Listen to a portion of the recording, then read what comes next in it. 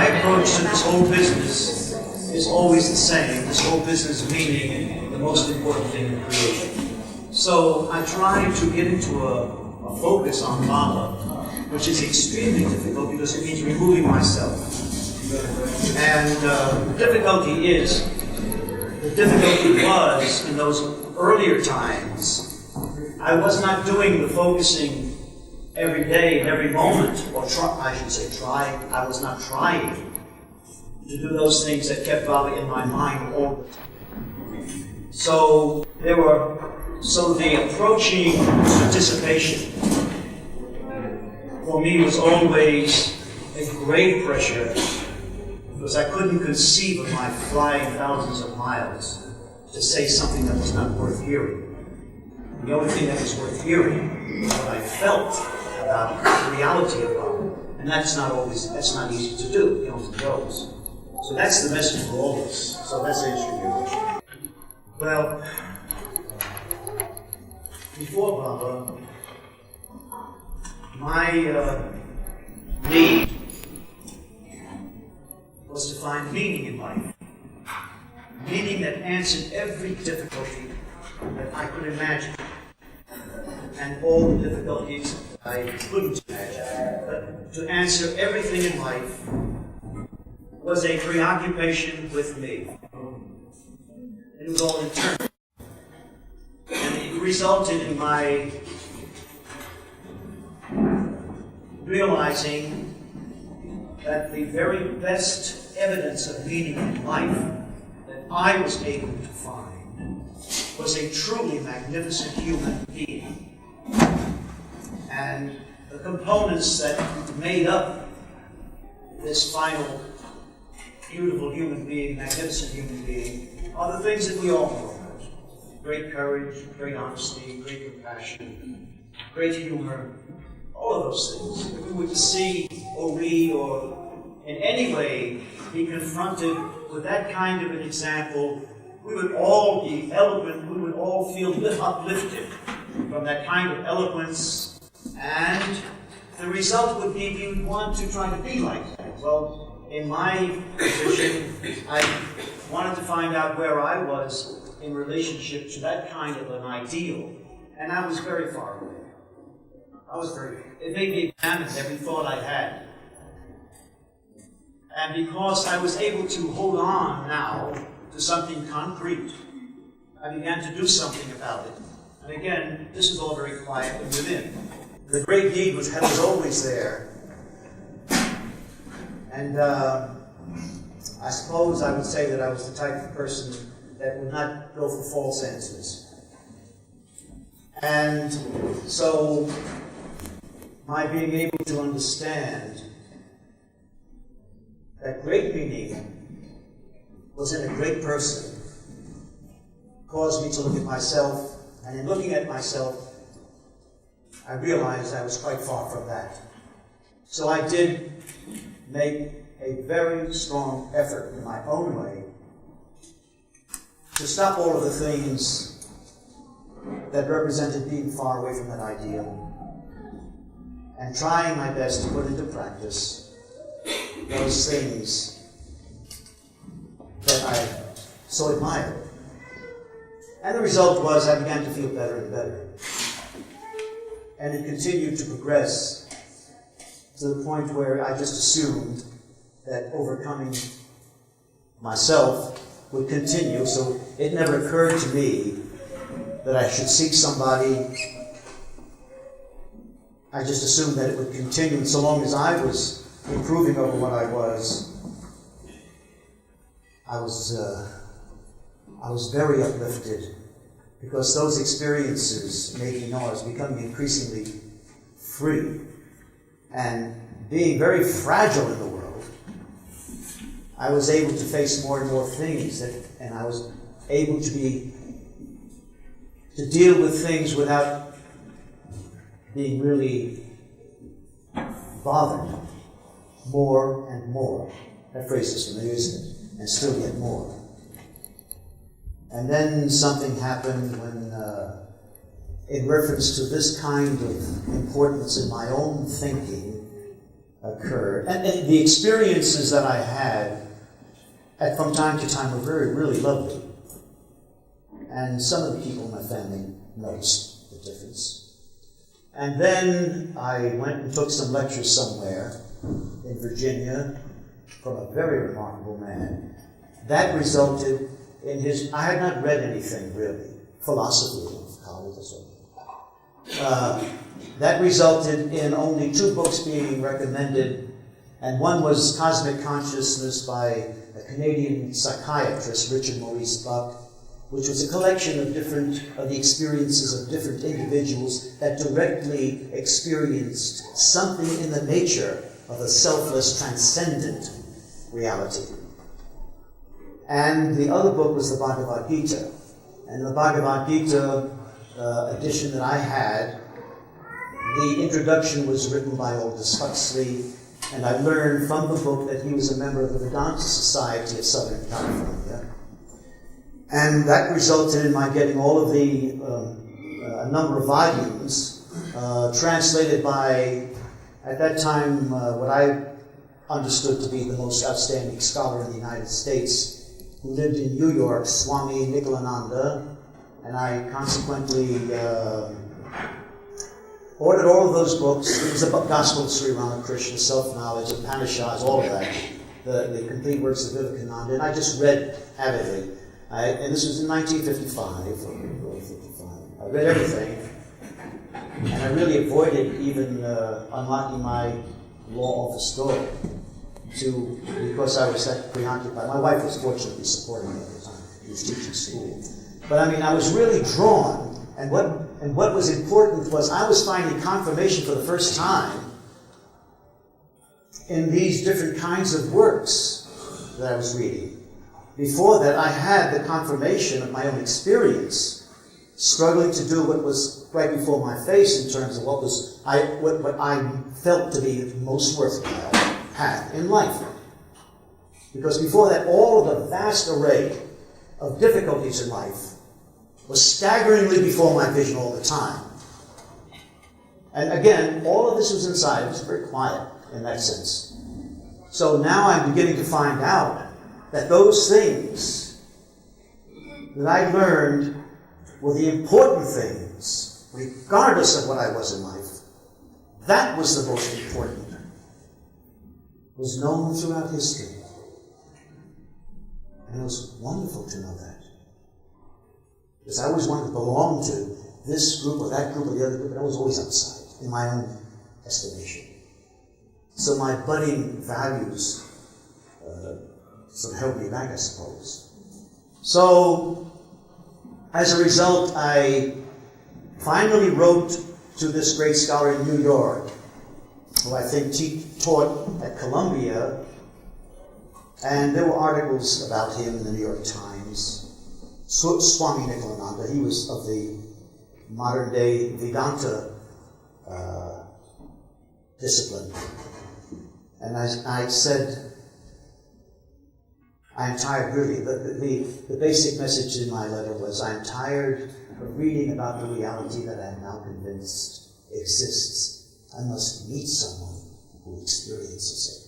Well, he wrote me back, and he said, one such as Ramakrishna comes along perhaps once in 500 years. There isn't any doubt that we in the company of such a one would be so grand. But he said, it is not necessary for your spiritual progress. He was leaving for Europe. He said, I will return September someday. He said, you must come to see me. And it was shortly after that time that a young lady who my wife knew, and they grew up together in Williamsburg, Virginia, and she was a very practical, down-to-earth person. She was athletic, she was studying art, she could repair automobiles and television, she worked in a women's prison, and her father gave her money to live on. She didn't have to do that, but she was a very real person. And she came down, and I told her everything that I knew. And she said, she returned to New York, and she was walking on clouds for several weeks. And as a thank you, she happened to go into what I think I subsequently found to be true, the only bookstore, the first bookstore and perhaps then the only bookstore, that had on display God Speaks. And so as a thank you, she sent it to me. And when I received it at my office, I immediately called. And we always look back, many of us I know have the experience of seeing that coincidences are not coincidences. Well, she always is prompt and responsible when it came to work, but she was home that day. And I told her, not knowing anything about the mechanics of the spiritual journey, because I hadn't read God Speaks, I just looked at the picture and the flyleaf remarks. And I said, Liz, he is the one. Find out how we can read him. And that resulted in waiting a couple of weeks, I suppose, and then we called, because we didn't hear. And she said the Dodby publishers said that Meher Baba had been in the United States in 1952. We did not expect him to return. Am I answering your question? You certainly have. So then, I must say, as best as I can recollect, I was absolutely convinced of him. I didn't know the words until I became familiar with Baba's explanation of things. But to me, he was the authority. I did not even like the word God growing up in a Christian family. My mother was a very spiritual woman. She was a great singer in this country. She did all the Arabic operas. She sang in the cathedral in New York. But church never meant it. It never really touched me. And the word God was, I don't know how I would explain my reaction to it, but I didn't even like to use it. Truth to me was basically something. Anyway, so I wrote a special delivery airmail letter to Meher Baba with that conviction. I had nothing, I was no one, but the conviction, I couldn't find anything about myself. But that conviction was there. That need was there.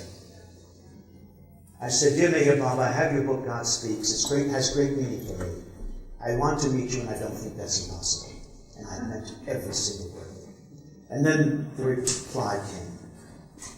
And then the second letter, I believe it was, he said some additional things. Your connection with me is of long duration. You're one of the fortunate ones on that. So I was really beginning to focus more and more, notwithstanding all of the other things I had to do, to earn a living, practicing law. And that was a very difficult occupation for me. But I was in it. And from the very beginning, Meher Baba was for me the greatest support that I could ever imagine. And so I would want to write to him, and it's not that I did not want to ask him the things that all human beings would like to know, but when I wrote to him, my state of mind was I'm writing to God. And I needed to try to feel what one says when writing directly to God himself. So it always ended up in my effort to find heartfelt, exquisite phrases of praising him. I did my very best to do that. And that's what my letters were. And they were on legal pads. And in 1958, Baba's only comment about that aspect of it at the Lagoon cabin, he said, such love letters from a lawyer.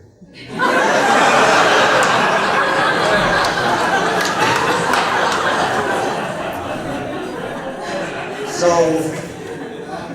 then came the time that he was coming to New York. Of course, he said that, and he said he would be in New York, and that I must, come up and all that. So, what time is it? I have so much to tell you. I don't have that much time. So I'll skip all of how we got up there, and the fact that my wife was directed by her mother to go and buy an engagement dress for her brother's engagement party, and she dropped me off at the Hotel Monaco so that I could go see God while she went. It wasn't like that. It really wasn't like that. My wife is a magnificent person, actually. But I mean, that was my state of mind at the time. I went up there and I had no idea. All of these people were there milling around the hall, talking this and talking that, and they signed you up, and so to make sure that every single person would get a personal visit with Baba in a separate room. Well, my time came and I went in, and my mind was seething with trying to strip away everything that was worthless, to say those things, do those things, see those things, that this rarest of moments, because again, that conviction has never left me. And it's always been there, now it's matured a bit.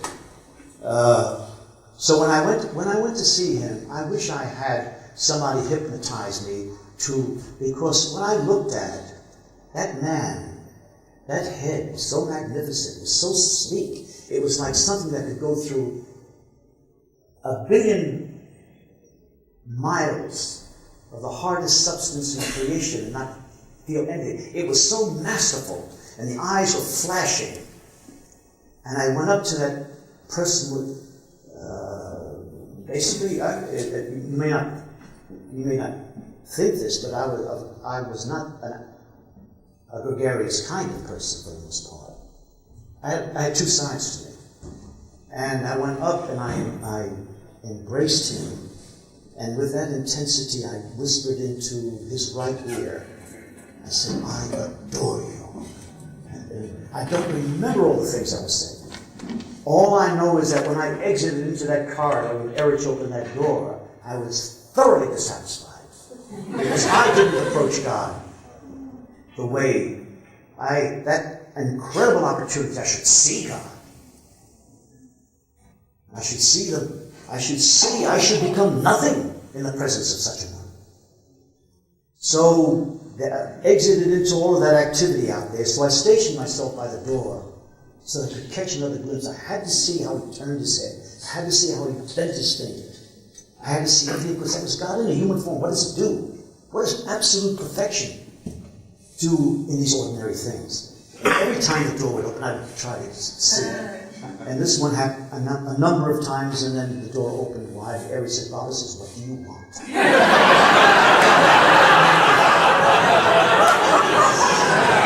I said, I must see him again. Well, I said, I want to see him again. I don't remember the words. So I was ushered in again, and Baba had me sit down. And I still could not come up with what was necessary. It was necessary. So I came up with, I said, Baba, I only want to experience the truth. And his response was like I said something magnificent, but I didn't feel that that was enough. You see, that's the best I could do. And he went like this, in the ordinary words. You will experience the truth. I will help you. And so I still was not satisfied. I was there for a while. Then when I left there, finally my wife came. And when she found out that I had gone in to see God without waiting, she was beside herself without saying a word. Oh, you went in?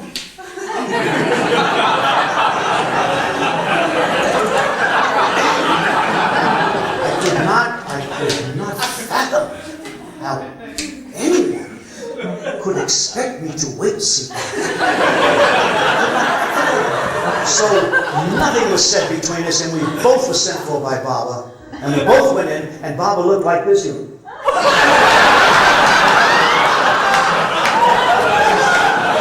sat down. He pulled an earring off of her ear, and put it in her palm and rolled it up, and he fed her grapes. I was staring at him. Well, that's how. That was the beginning. Over the years, what is important here? What is important? Over the years, my life would continue to be difficult and become more difficult. And I became involved in some crises in connection with my position. Things like that. And I can tell you beyond a shadow of a doubt that in several very critical situations, because of Baba,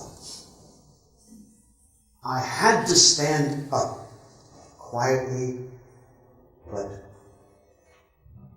Absolutely. Having to do with my job, political things were happening. Wanted me out for somebody's political career, something like that. I was up at Fordham taking some classes for a week. They wanted me immediately to return. I said no. Because my conviction, and this is what we all need to focus on, was that if Baba didn't want me in that position, the whole world couldn't remove it from me. If he wanted me, if the whole world wanted me there, and he didn't, that was the conviction. But it's not good to wait for crises. You have to have that conviction every single moment. That's where freedom lies.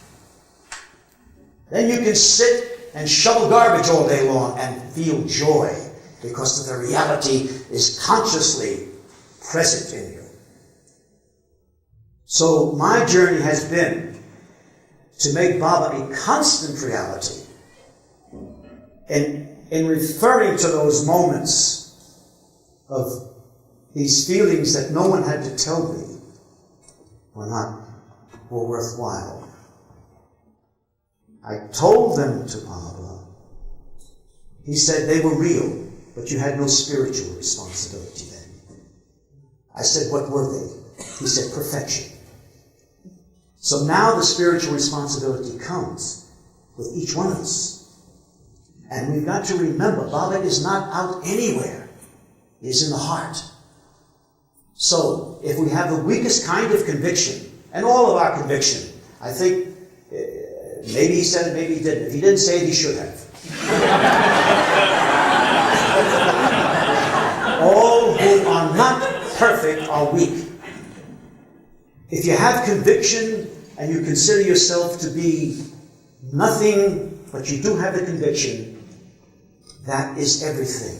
That is the only thing you need.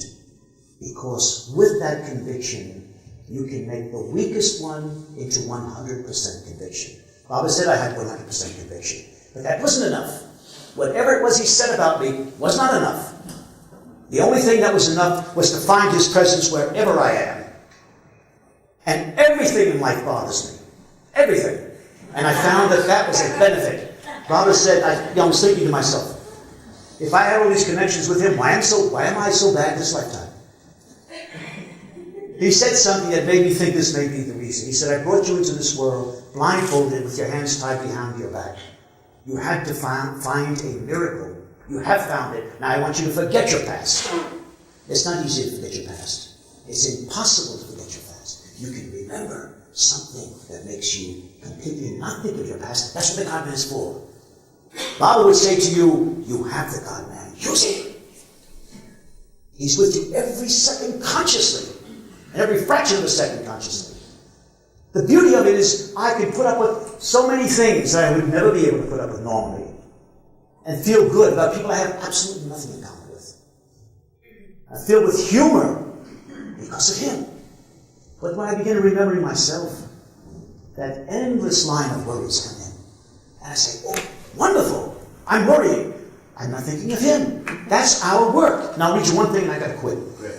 I wrote this for Silence Day, but it epitomizes what I think is absolutely true for every one of us. But you evaluate it yourself. Silence Day, July 10th, 1997. If you love Baba, if you accept Baba as avatar, if you wish to obey Baba, then you must make loving Baba and accepting Baba and obeying Baba your only goal. Your only goal. Your only goal. I said it 3 times because my mother always says 3 times, the Father, Son, Holy Ghost. Now, how can you love Baba? By believing Baba. Now, how can you accept Baba? By believing Baba. Now, how can you obey Baba? by believing Baba. Now, how can you believe Baba? This is the trick. Loving, accepting, and obeying are knowing God exists. When there is no doubt in your mind that God exists, then you know God exists. Knowing is loving, accepting, and obeying. Knowing is loving and accepting and obeying. Knowing makes believing possible. Knowing comes from the heart. The heart always knows.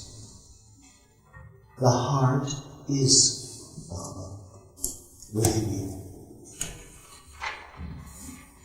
The mind must come to know that God is in the heart of each one.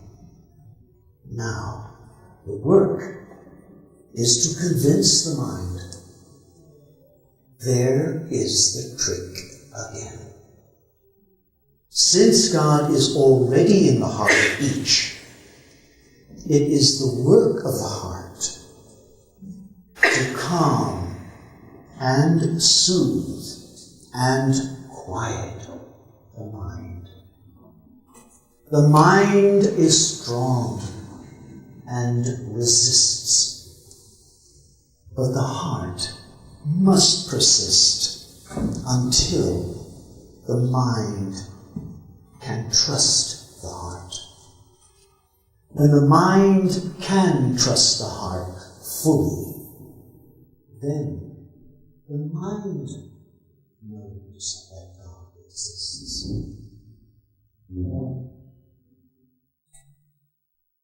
When the mind can trust the heart fully, then the mind will know God exists.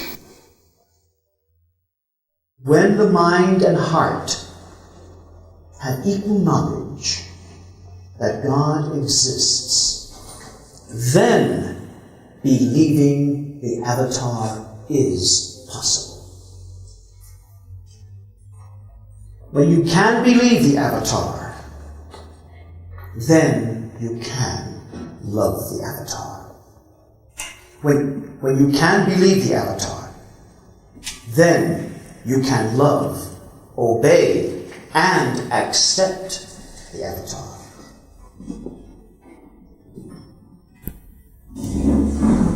So make Baba your goal. Love Baba, accept Baba, and obey Baba. And know that Baba already exists in your heart. This means Baba is always within you. Where are we? Baba is always within you. And Baba will never leave you. Oh yes, absolutely yes. Jai Baba.